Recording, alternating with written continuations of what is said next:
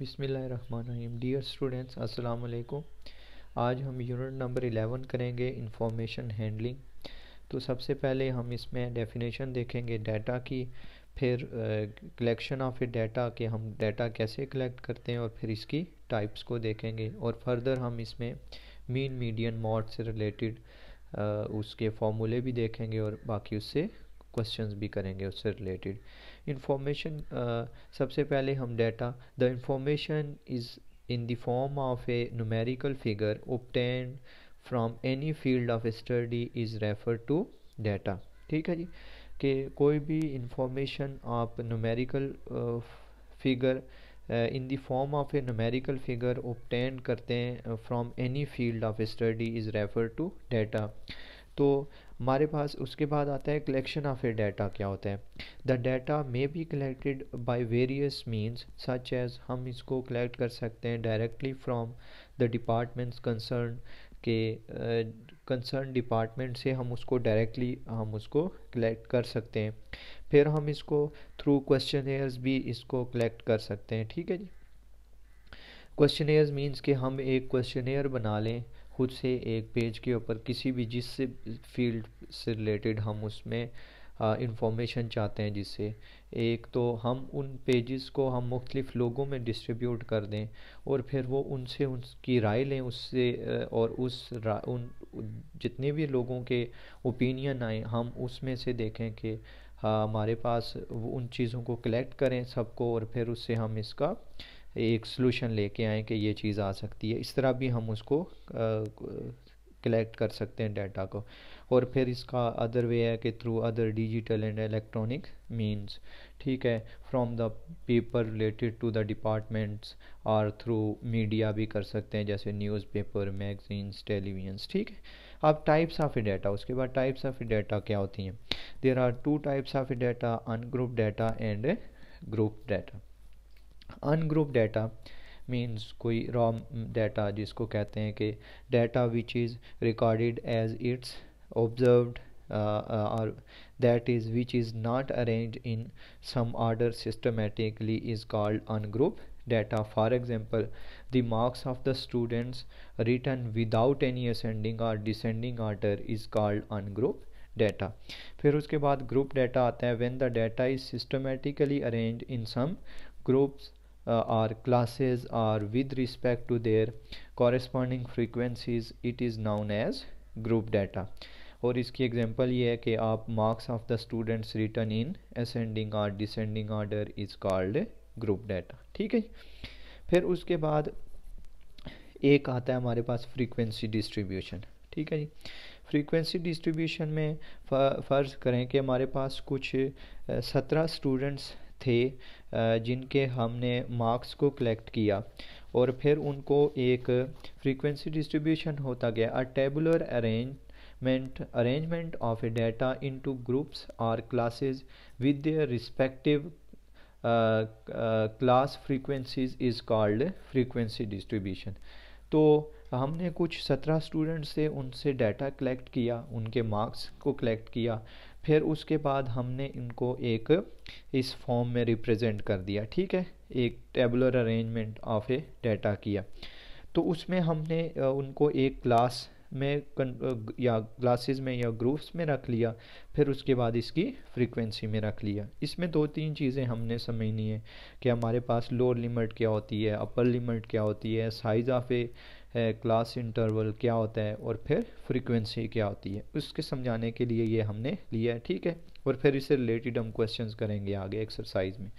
तो इसमें जो आप इसमें से किसी भी क्लास इंटरवल को ले लें, किसी भी ग्रुप्स या किसी भी क्लासेस को ले लें, तो इसमें जो स्मॉलर वैल्यू होती है उसको लोअर लिमिट, और जो लार्ज वैल्यू होती है उसको अपर लिमिट कहते हैं।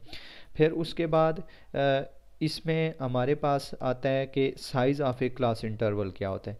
Size of a class interval होता है the difference between two consecutive upper class limits और lower limits is called size. मतलब कि आप कोई भी दो कंसेक्टिव लोअर लिमिट्स को ले लें या अपर लिमिट्स को ले लें, उनका डिफरेंस करें तो आपके पास इसके ग्रुप्स या क्लासेस का साइज़ आ जाएगा। जैसे 6-1 5 या 10-5 5 आ जाएगा। बाकी को भी करेंगे तब भी आंसर 5 ही आएगा इसमें। और मुख्तलिफ साइज़ रख सकते हैं, इसमें डिपेंड करता है कि आपको क्वेश्चंस क्या दिया गया है। ठीक है जी। उसके बाद आपके पास फ्रीक्वेंसी क्या होती है? फ्रीक्वेंसी ये होती है कि एक नंबर होता है, वो इस तरह शो करते हैं कि कितने टाइम्स उस ग्रुप में या क्लास में वो शो हुआ है। जैसे हम कहें कि 1 से 5 तक 3 बच्चों ने नंबर लिए, ठीक है, जैसे 4, 5 और 3। 3 स्टूडेंट्स ऐसे थे जिन्होंने 1 और 5 के दरमियान में नंबर लिए, ठीक है जी। तो ये इसको आप नंबर की फॉर्म में जब टाइम्स जब शो करते हैं इसका, तो वो इसकी फ्रीक्वेंसी हो जाती है। जैसे 6 to 10 हमारे पास 6 स्टूडेंट्स ने 6 से 10 के दरमियान में नंबर लिए, तो इस तरह हम इसको शो करते हैं और इसको फ्रीक्वेंसी कहा जाता है, ठीक है जी। उसके बाद हम इसमें देखेंगे कि calculation of mean median mode कैसे होता है, फिर उससे हम इसके क्वेश्चंस करेंगे एक्सरसाइज के। सबसे पहले हमारे पास आता है जैसे मीन मीडियन और मॉड में सबसे पहले मीन होता है number sum of a values over number of a values, और इसको मैथमेटिकली फॉर्म में अनग्रुप डाटा के लिए शो करते हैं। X bar is equal to summation X over N के समीशन भी कहते हैं और सिग्मा भी यूज़ किया जाता है इसके लिए, इसको पढ़ा जाता है। और ग्रुप डाटा के लिए होता है X bar is equal to summation F X over summation F. ये आप जो हायर क्लासेस में जाके इस तरह के क्वेश्चंस को सॉल्व करेंगे। फिर उसके बाद आता है मीडियन हम दो तरह से, इसको दो केसेस होते हैं इसके। केस 1 के व्हेन आपके पास number of values are even और odd and when the number of values are even. तो इसमें दो तरह से हम इसको सॉल्व कर सकते हैं, एक तो इसका फॉर्मूला है और दूसरा आप इसको डायरेक्टली इसको सॉल्व कर सकते हैं मीडियन के लिए। फॉर्मूला होता है n+2th टर्म। इसके लिए जैसे आपके पास एक क्वेश्चन है 2, 5, 3, 8 एंड 1। सबसे पहले इसमें जब मीडियन सॉल्व करते हैं तो सबसे पहले उसको अरेंज करना पड़ता है असेंडिंग आर्डर में। इसको अरेंज करेंगे। अरेंज करने के बाद सबसे पहले आप इसमें देखें कि इसको पेयर बना लें, इसका इस तरह करें कि इसकी जो लेफ़्ट और राइट साइड पे हैं वो सेम नंबर ऑफ़ वैल्यूज़ आ जाएं। जैसे यहाँ पे 2 नंबर ऑफ़ वैल्यूज़ हैं, 2 इधर हैं, तो मिडल वैल्यू जो होगी वो इसका मीडियन हो जाएगा। और दूसरा तरीका इसका फॉर्मूला है कि नंबर ऑफ़ वैल्यूज़ जो आ रही हैं 1, 2, 3, 4 एंड 5, तो नंबर ऑफ़ वैल्यूज़ 5 हैं तो 5 + 1/2, तो ये 6/2 3 आ जाएगा। थर्ड टर्म हमारे पास 3 बन रही है, तो सेम आंसर आ रहा है। उसके बाद इवन वैल्यूज़ के लिए ये होता है 1/2 into n/2th term plus n+2/2th term. और दूसरा तरीका ये है कि n/2 + 1 टर्म भी इस तरह भी इसको लिख सकते हैं। उसके लिए भी आप सेम यही फार्मूला यूज़ कर सकते हैं जो हमने सेकंड में किया था ये इसके लिए ऑड के लिए, कि आप इसको अरेंज करें। एक क्वेश्चन है आपके पास, इसमें आप लेफ़्ट और राइट पे इसकी नंबर ऑफ़ वैल्यूज़ सेम रखें और मिडल में जो वैल्यूज़ बच रही हैं उनको ऐड करके 2 पे डिवाइड करें तो आपके पास इसका मीडियन आ जाएगा। और दूसरा तरीका ये है कि आप n की जगह उसकी वैल्यू रखें और उसके बाद 2 से डिवाइड करें, n की जगह उसकी वैल्यू रखें 2 से डिवाइड करें, और फिर इन दोनों को प्लस करने के बाद 1/2 मीन्स के इससे डिवाइड करें तो आपके पास सेम यही आंसर आएगा, ठीक है। उसके बाद आपके पास आता है मॉड। क्या होता है? The number which occurred most frequency in set of numbers is called mod. Means के जो ज़्यादा बार नंबर आ रहा है एक डाटा के अंदर वो मॉड होता है, ठीक है। इस तरह के हम क्वेश्चंस को सॉल्व करेंगे, ठीक है जी। अब आपके पास है इससे रिलेटेड क्वेश्चन है एक्सरसाइज 11.1 से, ठीक है जी। 11.1 का क्वेश्चन ये है कि एक एज ग्रुप दिया गया और एक फ्रीक्वेंसी दी हुई है, उससे रिलेटेड कुछ क्वेश्चंस हैं, उनको उनके आंसर्स देने हैं आपने। पहला एक एज ग्रुप दिया हुआ है, उसने कहता है total number of workers in the factory. तो आपने अगर total number of workers find करने हैं तो आप इसकी फ्रीक्वेंसी को ऐड करेंगे, क्योंकि वही नंबर्स उसमें शो हो रहे हैं जो बताएंगे हमें कि इसमें टोटल नंबर ऑफ़ वर्कर्स कितने हैं। तो इन सब को ऐड करें, 25 ये 45 70 100 109 प्लस 110 आ जाएगा। ठीक है जी। उसके बाद frequency of seventh class means के ये फर्स्ट क्लास थी, ये सेकंड थी, तो इसमें सेवन्थ थी, ये 75 to 84 आती है, तो इसकी फ्रीक्वेंसी 1 है, तो वो हमने लिख दिया। Number of workers of a age 45 to 74 means के हमने इधर ग्रुप किया हुआ है कि कौन सी एज है, ये 45 से 54, 55 से 64, 65 से 74। ये तो 45 to 74 की जो एज ग्रुप के लोग हैं उनकी एजेस ये, क्योंकि जो 45 to 54 वो 25 लोग हैं जिनकी 45 से 54 के दरमियान में एज है। इसी तरह 30 है और फिर 9 है, इन सब को ऐड करें तो ये हमारे पास 64 आंसर आएगा।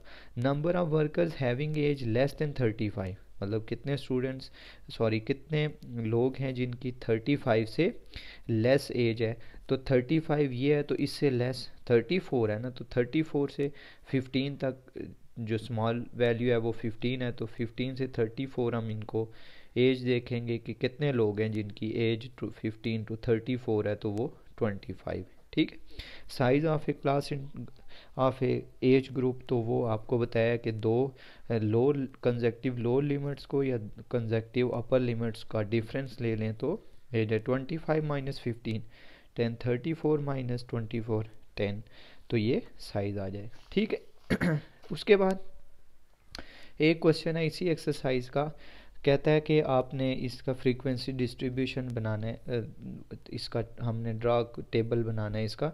तो उसके लिए एक क्वेश्चन है, कहता है कि 20 स्टूडेंट्स हैं, the marks of a 20 students in the subject of mathematics of a grade 7 class are recorded as the school at a school as under.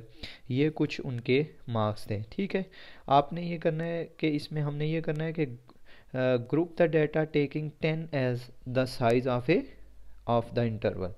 तो हमने 10 का साइज़ रख के इनका इंटरवल का साइज़ ऑफ द इंटरवल रख के हमने एक ग्रुप बनाना है और उसमें शो करना है कि कैसे उसका रिज़ल्ट आए। उसमें सबसे पहले हमने अरेंज किया इसको असेंडिंग ऑर्डर में, मीन्स के स्मॉलर टू ग्रेटर।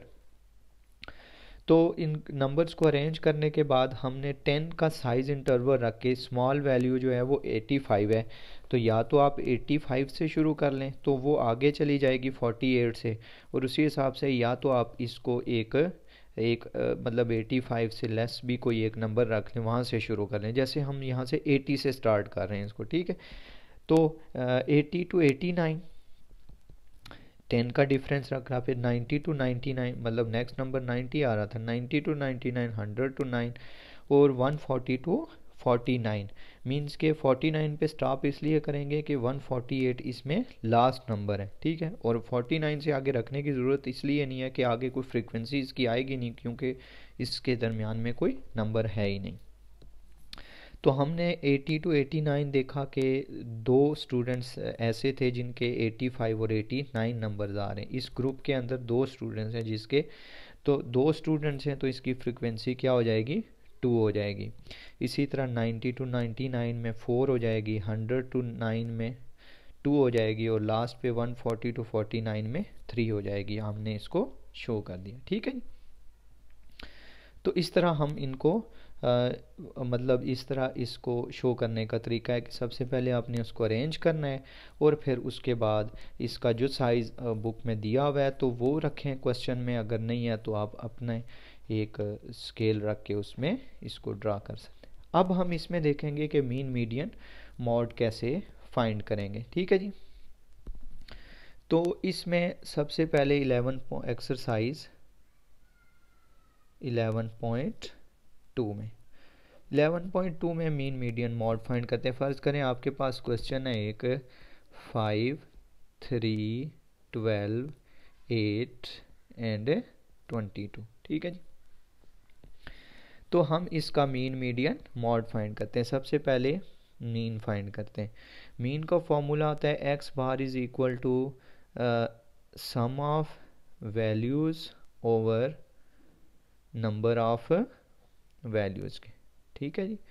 तो सम ऑफ वैल्यूज़ क्या हो जाएगा, इन सबको सम करेंगे, 5 + 3 + 12 + 8 + 22 ओवर नंबर ऑफ वैल्यूज़ 1 2 3 4 5।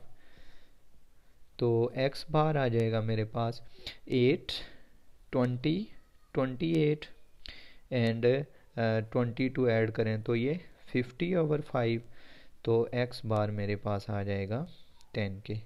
तो ये हमारे पास 10 आ गया। ठीक है। फ़र्ज़ करें हम इसका मीडियन फाइंड करें, तो मीडियन के लिए सबसे पहले हम इसको अरेंज करेंगे इन असेंडिंग ऑर्डर। ठीक है जी। असेंडिंग ऑर्डर में अरेंज किया तो मेरे पास आ गया 3 5 8 12 एंड 22।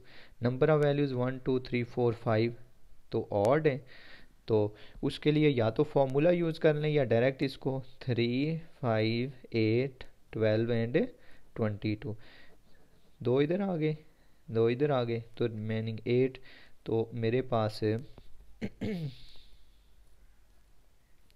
इसका जो मीडियन है वो आ जाएगा, अगर हम इसको देखें तो ये आ जाएगा 5 3 8 20 28 एंड 28 + 22 ये 50 हो जाएगा। ठीक है जी। और अगर हम इसमें देखें तो मीडियन मेरे पास आ जाएगा 8 के। ठीक है जी। अगर हम इसको इस तरह करें कि हम नंबर ऑफ उस दूसरे फॉर्मूले से सॉल्व करें तो ये हो जाएगा मीडियन, ये आ जाएगा n + 1/2th टर्म। तो ये नंबर ऑफ वैल्यूज़ है हमारे पास 5 + 1/2 टर्म, तो ये आ जाएगा 6/2। तो थर्ड टर्म आ जाएगा, तो थर्ड टर्म मेरे पास है 8। ठीक है जी। और इसका अगर मॉड देखा जाए तो मॉड इसमें कोई नहीं है। ठीक है जी। इसका मॉड इसलिए नहीं है कि इसमें कोई भी जो टर्म है वो रिपीट नहीं कर रही। ठीक है। तो इस तरह हम इसको सॉल्व करेंगे।